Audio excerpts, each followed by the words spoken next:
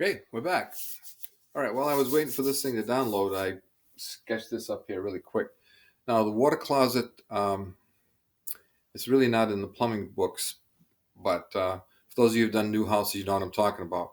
If you land on a floor joist, you got a problem. Now, once in a great while, you land on a double floor joist. That's a treat. So, in the past, like I said, I've always dealt with the carpenter. All right, I don't want to step on his toes. He might, like, everybody's different. They all got their own ways of dealing with it. You could tell him, look, I can't get around this. The toilet's, this is it. It's got to go here. I can put on an offset flange maybe, but it's still going to bite into this floor joist quite a bit. Most guys are pretty good. I don't ever remember getting into an argument when I was up front, told them what I needed. Okay, moving on. Let's could stay in that same bathroom, same floor joist. Okay, the floor joists usually run. Think about this. Think of a house, whether it's a cape, a ranch, which just means one floor, with or without a basement, a cape, the upstairs, maybe with a dormer, or any other house, standard house, not on a slab. This is with a basement or at least a crawl space. The joists usually run front to back, right? And like I said, 2x10s can go up to 15 feet. So that's 15 to center, 15. So the depth of the house, front to back, can be up to 30 feet, which is usually sufficient for the average house. I'm not talking about a big mansion, just a regular house, 30 feet. Now, if it's going to go over that, before you get into anything fancy like LVL or any kind of truss floor, which takes up a lot of height this way, you'd probably jump up to 2x12, which of course can go 1.5 would be 18 feet. All right, but that's unusual. Usually 2x10s are vast majority of the houses you're going to see are 2x10 floors. Okay, so we'll say it's a 2x10. The size actually doesn't matter. The problem is where it's located. Now let's go into the bathroom. Now this is going to sound very familiar to you guys. First of all, I didn't really deal with the outside wall. Not the outside wall. This is an inside wall, of course. We never have this in the outside wall. Even if the owner says, I'll be responsible, don't believe him. I had a contractor tell me that. And the pipes froze. And when it hit the fan, and his wife was like wild, he left me. I was under the bus by myself. Don't do that. Okay?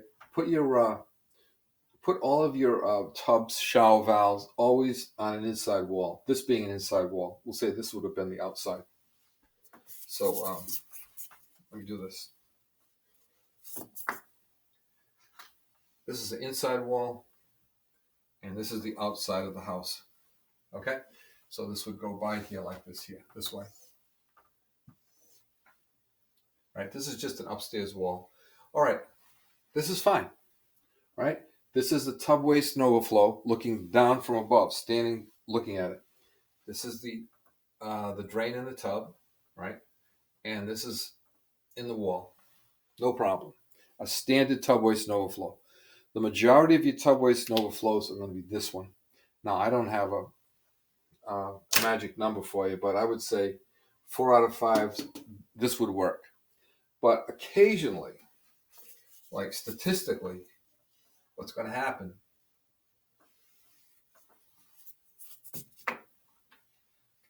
Yeah, I think you know where we're going here. Goes like this, goes right down through the middle of it. It's like, no crap moment. So now what? Well, if you don't know what you're doing, you're going to probably tell the carpenter, hey, I got to take a big chunk out of your 2x10 or whatever, right? You got the, because this actually sits in the floor. Let's face it, you cut the plywood out, put this in.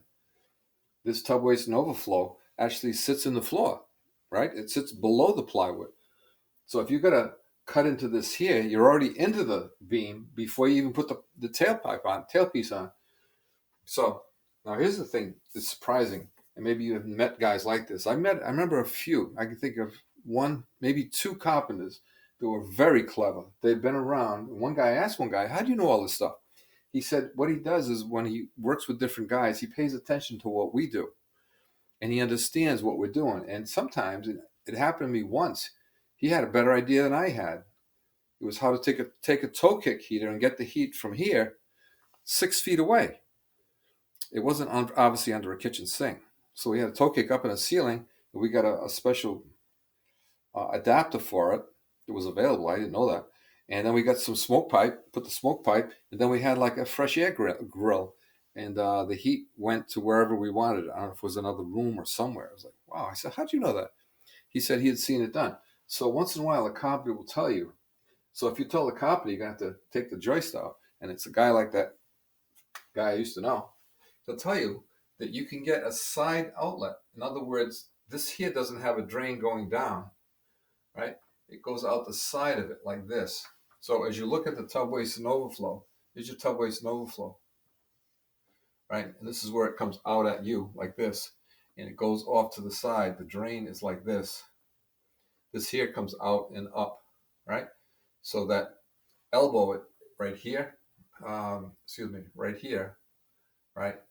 You can go and you can actually like flip it one way or the other. So it can go to the right, or if you flip it over, it stands up like 90 degrees. And now this is up here and this is over here, and you can go down this way. So it goes like over the beam. You don't have to do any cutting, right? Just a little bit at the very top to fit this in, maybe a ½ inch or an inch into the beam, which is not a big deal. Okay, that's called a side inlet. So you got standard, which you're all familiar with. You get a side outlet.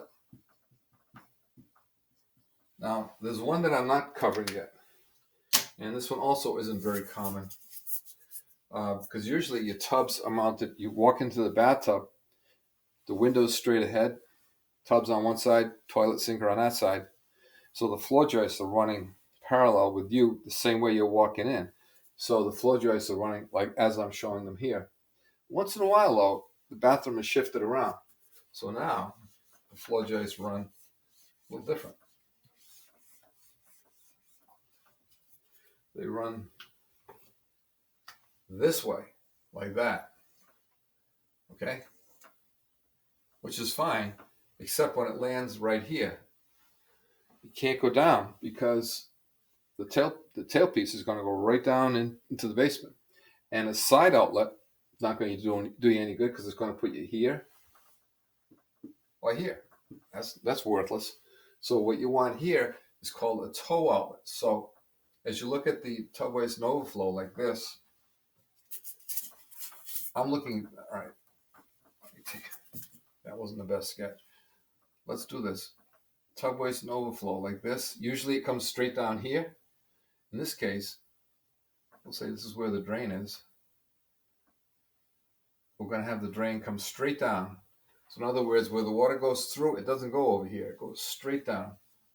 And this here has a pop-up, with the lever and the mechanism. Looks like a coat hanger, and it pops up like that, okay? That's called a toe outlet.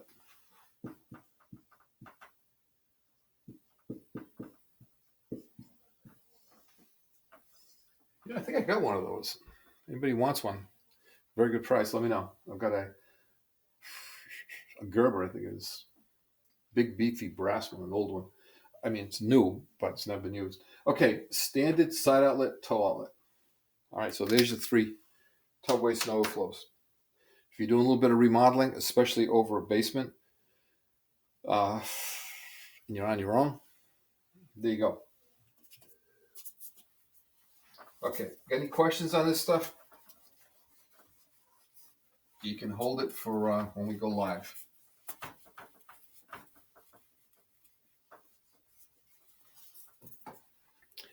All right, I want to make sure I covered.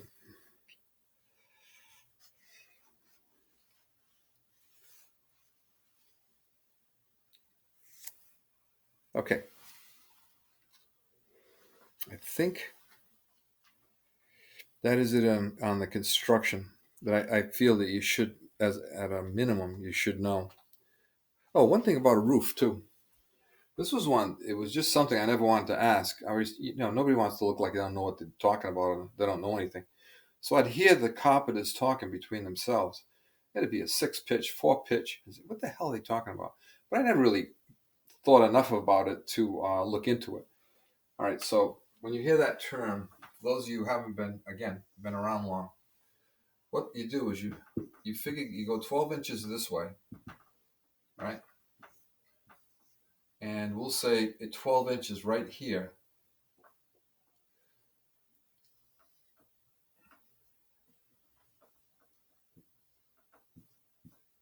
We'll say this is a 5 pitch, right? It means 5 inches.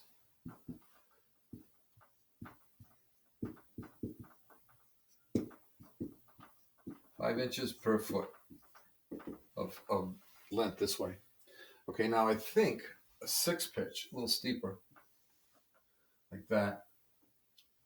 I think that's a 45. Again, not a big deal to us. So this would be 12 to here, right? And 45-degree angle, that's a pretty steep roof.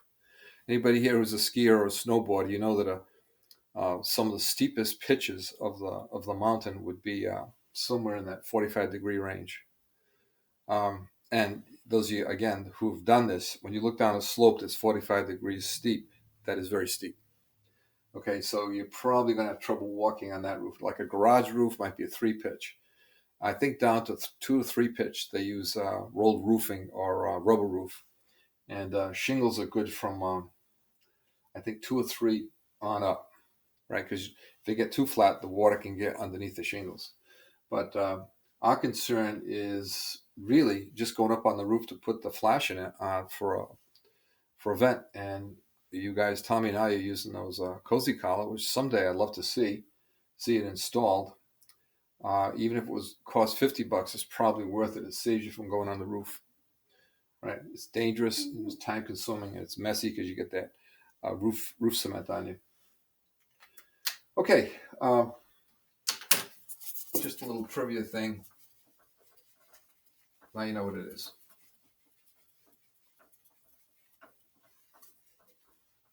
And don't forget, I'm sure we've talked about this. Again, maybe I taught one class and not the other. But in Massachusetts, you can legally do your own work. If it's your house, if you own the house, if you're renting, no. But if it's your house, you can do any trade except plumbing. And I guess that would include gas also, because gas and plumbing go together. Okay, you can do electrical, you can do building, heating, of course, well pumps. I don't agree with any of it. And as an inspector, I used to have people scamming me all the time, but it was hard to prove unless you could catch somebody in the act. It's dangerous. And but anyway, that's the state law. Rhode Island, it's like the Wild West. Anything goes. You can do in your own house. You can do any trade. All right. However, if you're in Rhode Island, you guys that end up in Rhode Island, this one's a kick in the teeth. As a journeyman, guess what? You can't work unless you're working for a master. You cannot take out a permit unless that's changed. So a little different. In Mass, of course, we can work as a journeyman, but alone. Okay. Yeah, we got time for this. I want to move on to something a little different here. All right, now I'm going to ask Maureen to send some pages from the code book. If you have a code book, I'd like you to open up to page 160. If you don't, I mean, she's doing some schoolwork herself right now. You can look on the sheets that I'm going to ask her to send. Now, I haven't really haunted you guys about code books. I hope that you have them.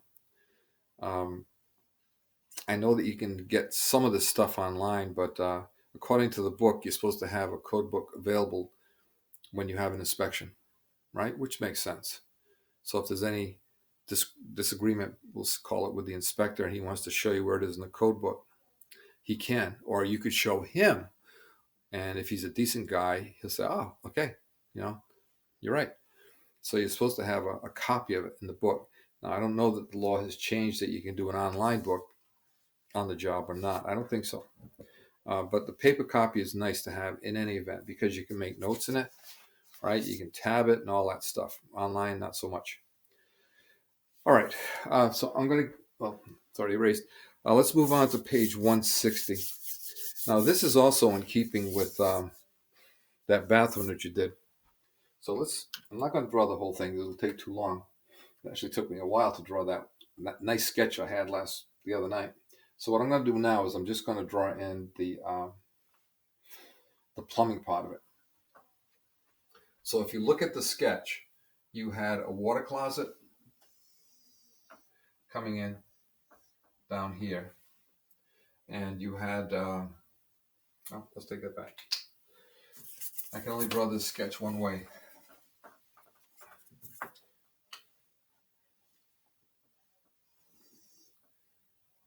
It's the way my brain is wired. So what I'm going to do is make a wet vent out of this. Now, if you remember, the bathroom that I did asked you to draw was actually flipped this way, but for some reason I have trouble drawing that one.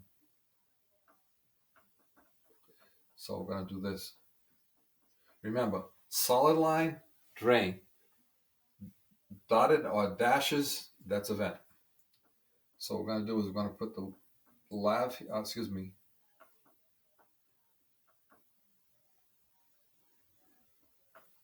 and over here, this is going to be your tub.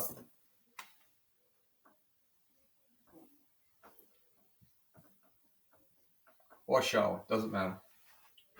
Okay, since it's a tub, this can be 1.5. Don't forget that. You want to bump it up to 2? Go right ahead. Now, let's say that you can't get any closer. Remember, I showed you how you can go under the floor over near the tub with that wet vent, kind of loop over around and then loop back. All right, if you can't get closer than, we'll say 6 feet, then you got to make it 2-inch. Okay, so this would have to be 2-inch, but normally like 99 or 90 something out of 100, 1.5 will be fine for a tub. But once in a while, know it's available. You can kick it up to 2-inch, and maybe just have the trap as 1.5. Or have the trap as 2-inch, and then have a 2 by 1.5 coupling on top of the trap. Your choice. But this is the wet vent in red. Okay, and I'm going to change this. So let's take this up, and we're going to jump over something like that. Okay, we'll call that the vent stack. All right, but this is 2-inch.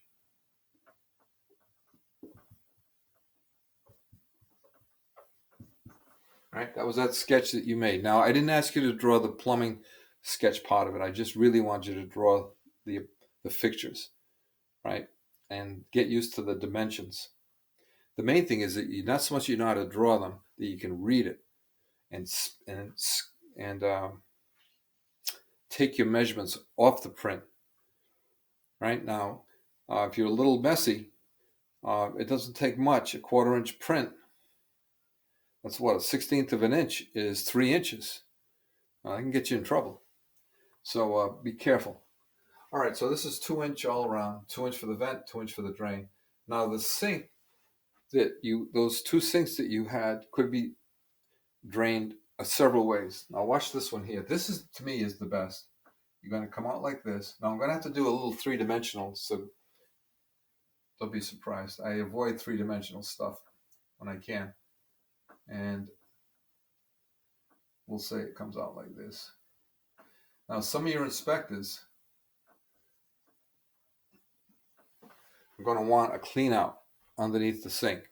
Plan on it.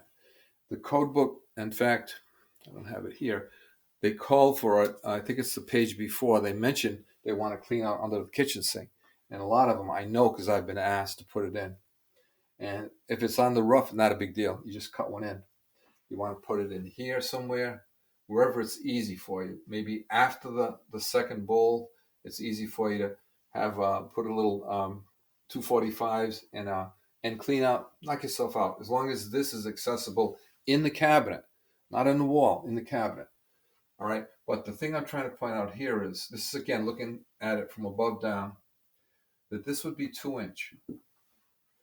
Okay, there's a reason now. If I want to do 1.5 on this here, right? Actually, let me try this. Since the rest of it would actually be coming straight out at you, that's why I showed it going down. So one sink would be here, one would be here with this. Okay, this is legal as long as this one is not more than 6 feet from the stack, right? Vent stack, Wet vent doesn't matter. You can go 6 feet with 2-inch. Now here's the problem that you can run into. If you want to go with 1.5 inches out here, right? You can, but be aware of this. You got to run a vent between them. You cannot do this with no vent between these two sinks, 1.5 inches. Right? You're gonna have to put a vent in the middle. And the vent size for the book, 1.25 inches. It's make believe vent, right?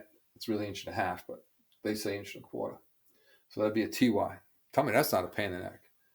So in the wall, because this pipe would be running in the wall, you'd have to put a TY there. Actually, probably depending on the inspector, you might have to put a Y for this one. Straight up. Where does that go? I don't know.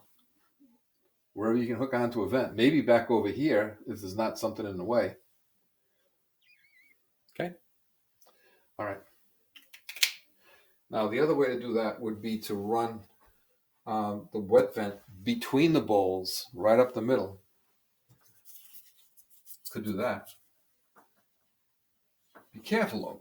As soon as you start getting in the middle, you might have medicine cabinets behind mirrors.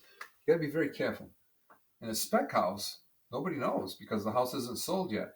And the new owner might surprise your builder. And he's not going to blow a sale just to keep you happy.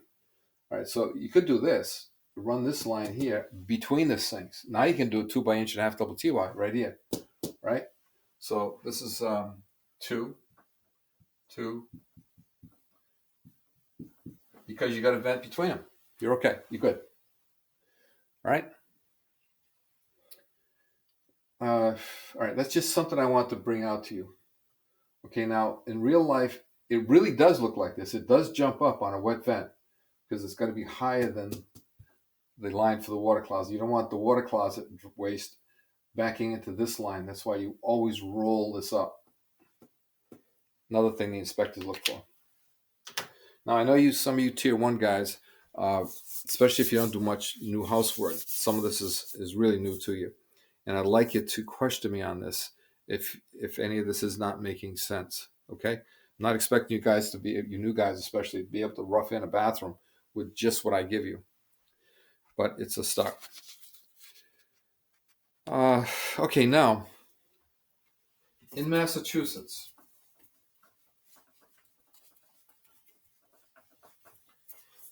we have things called fixture units.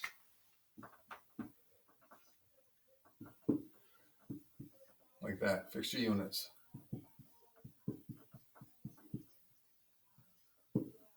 Also, do me a favor, somebody, let me know if this whiteboard is close enough for you to see this. It looks good to me. I'm looking at the computer screen right here, and it looks okay. But if it's too small on your screen, I can always move this whole thing closer. I just don't want to get it too close. All right, now a fixture unit is a number assigned to each fixture that we deal with. All right, and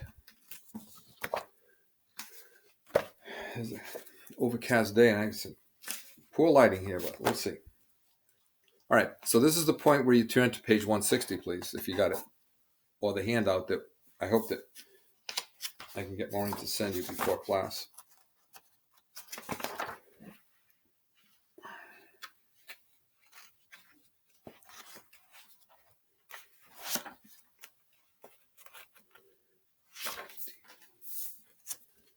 Hold on a second.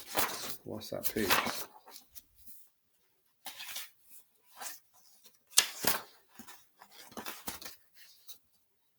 No, I'm mistaken. It wasn't 160. It's 169. I'm losing it there. Okay, on page 160, actually 168 is where it starts. Now, fixture unit, it's a number.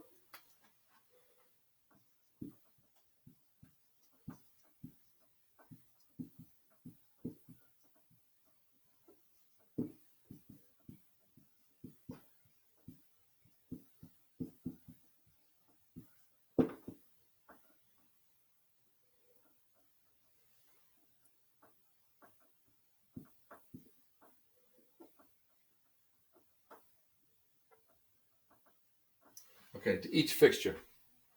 I'll give you an example of a few. Well, you can see them. And there's some on there you're not going to put in your lifetime. You'll never see them. Some of the commercial ones. They're very, if you do a lot of commercial, maybe you will. But if you don't do much commercial, it's some you're never going to see.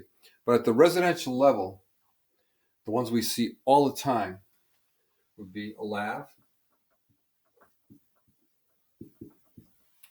a tub or shower,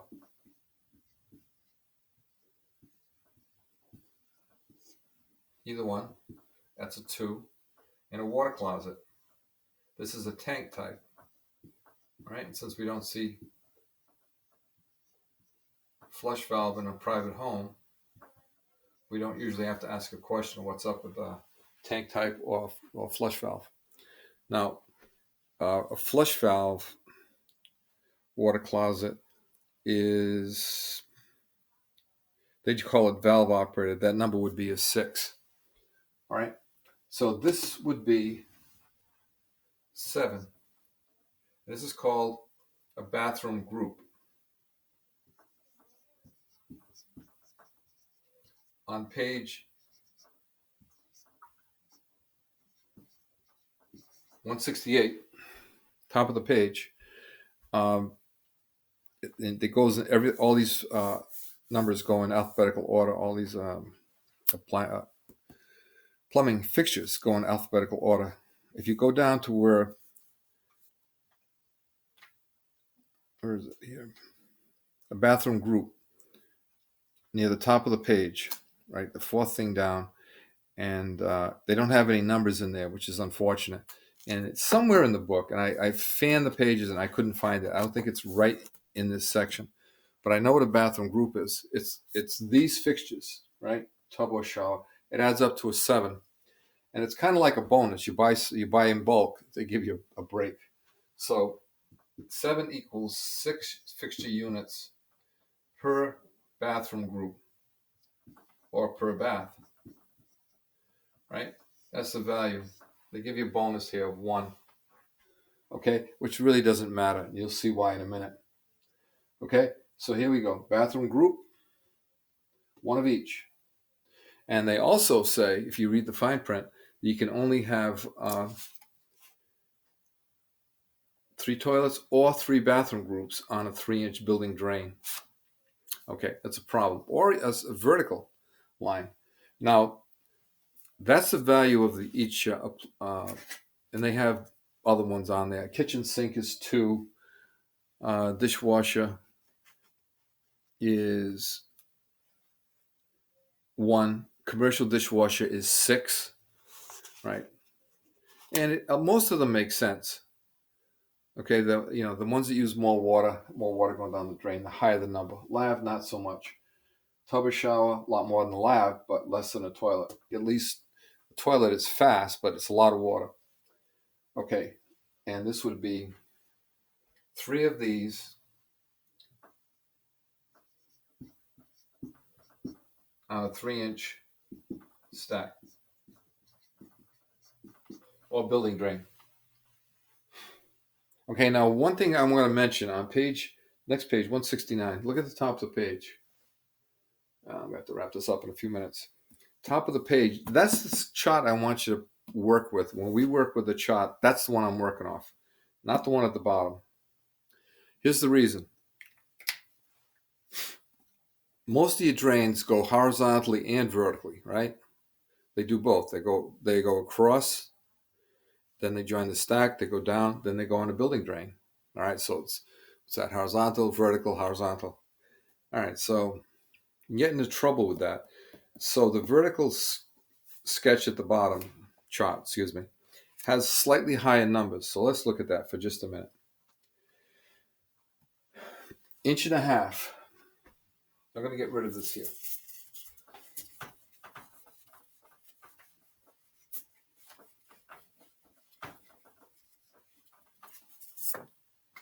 1.5 inch pipe. Any pipe, drain.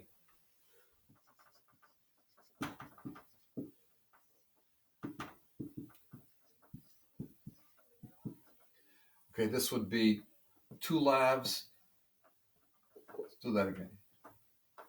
1 lav and equals 1 FU, and 1 tub equals 2 FU, and that would be 3. Now, I don't think none of you guys would probably put a lav in a tub on a 1.5-inch line, but you could, according to this. If this was on a vertical, if you look at the chart on the bottom, 1.5 can handle up to 4. So this is horizontal. And if I put vertical here, I'm not going to do it, but if I did, this would be 4. Now 2-inch does up to 6. Now this here does everything pretty much except a water closet. This would be two tubs. This would be what, 4? 2 lavs. This would be 2. You're okay. Now, if this was vertical, this would be this here 2-inch goes up to 8. But again, it's always horizontal and vertical. So that's why I say the chart at the bottom, read it, understand it, but plan on using the one at the top. All right, if anything, and I do, I always use the one at the top. Now, the last one is 34, if my memory's right. Yep. And you'll see those little tiny numbers. I can hardly see them. It'll say 3-4. And what they want you to do is go down to the bottom, and they have some reference notes. All right, that's a note. Note number 3 and 4, not the bottom under that chart. And it says no more than 2 toilets or bathroom groups on a horizontal fixture branch. Translation, no more than 2 toilets on one floor. If you got like a back-to-back bathroom at one end of the house and a half a bath at the other end on a big ranch house on a slab, it doesn't work. You got to go to 4-inch. All right, you need to have those toilets on different levels, 2 on one floor, 1 on the other, or 1-1-1, like a 3-family house in the city. Okay? All right. But this here, now let's take a bathroom group. Remember I said they give you a bonus. So one group, remember I said it was 6? All right, we could do 5 bathrooms. We come up to 30. Throw in a tub, kitchen sink would be 2, so it'd be 32. So I could do like 5 bathrooms on 3-inch. However, here's the problem. As soon as you get up to 3 bathrooms, they shut you off. They won't let you do this. All right, so this 34 really exists only on paper. Right, this number really should be more like 20, low 20s, because they limit you with toilets. All right, know the number. Now, you might be wondering, what about 4-inch? I've worked in some of the mills in the city, and I know there's some bigger drains around, of course. You go to probably Foxborough Stadium, I imagine there's like 6-inch drains there. But if you look on the chart for 4-inch pipe, okay, 160. That's a lot of bathrooms, a lot of toilets. Right? This is obviously probably, I was going to say a private home could have like 3.5 bathrooms, a really fancy home. But most bathrooms that you guys are going to be doing will be in the 3-inch range, right, for the main stack. But once you jump over to 4-inch, look at how much more it can handle. And there are no restrictions. There's no bathroom group limits, nothing. It's 160, period. Even if it has flush valve toilets, the toilets jump up to what? Instead of 4, I think there's 6. So you could probably have 15 bathrooms on this one here with no problem at all. Okay? So unless you get into something really, really big, like a Foxborough Stadium or a big, big office building, 4-inch is probably the biggest you're going to use. Now, much of this book only goes up to 4-inch, although this particular page does go much higher. They go up to 15-inch pipe. On the vertical, it's like 10,500 fixture units. I don't know where you're going to see that. Okay, I'm going to have to cut this off. It's about a half hour. All right, if you have any questions on this, we'll save them for class. And make sure I got everything out of the way. Yeah, actually, that's about it. That's what I want to cover. And don't forget, underground 2-inch pipe. Everything underground, vents, pipe. If it's in the ground, under a concrete slab, it's got to be 2-inch. Okay, guys, I will see you back in the classroom.